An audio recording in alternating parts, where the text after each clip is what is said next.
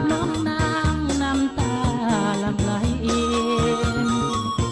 คิดถึงหักเก่าสองเฮาเคยฝากจิตใจสัญญากับน้องนั้นไว้แล้วดวงใจน้องในนี้ยิ่งเอ่ยยิ่งลวงน้องสั่งลวงให้ได้ดังใจชาตินี้อ้ายขอมอบให้แล้วดวงใจเป็นคู่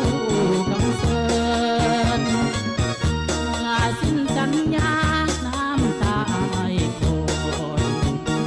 น้องสั่งมีใจกดหน้ามนต์สร้างบ่ปานีสัญญากับน้อง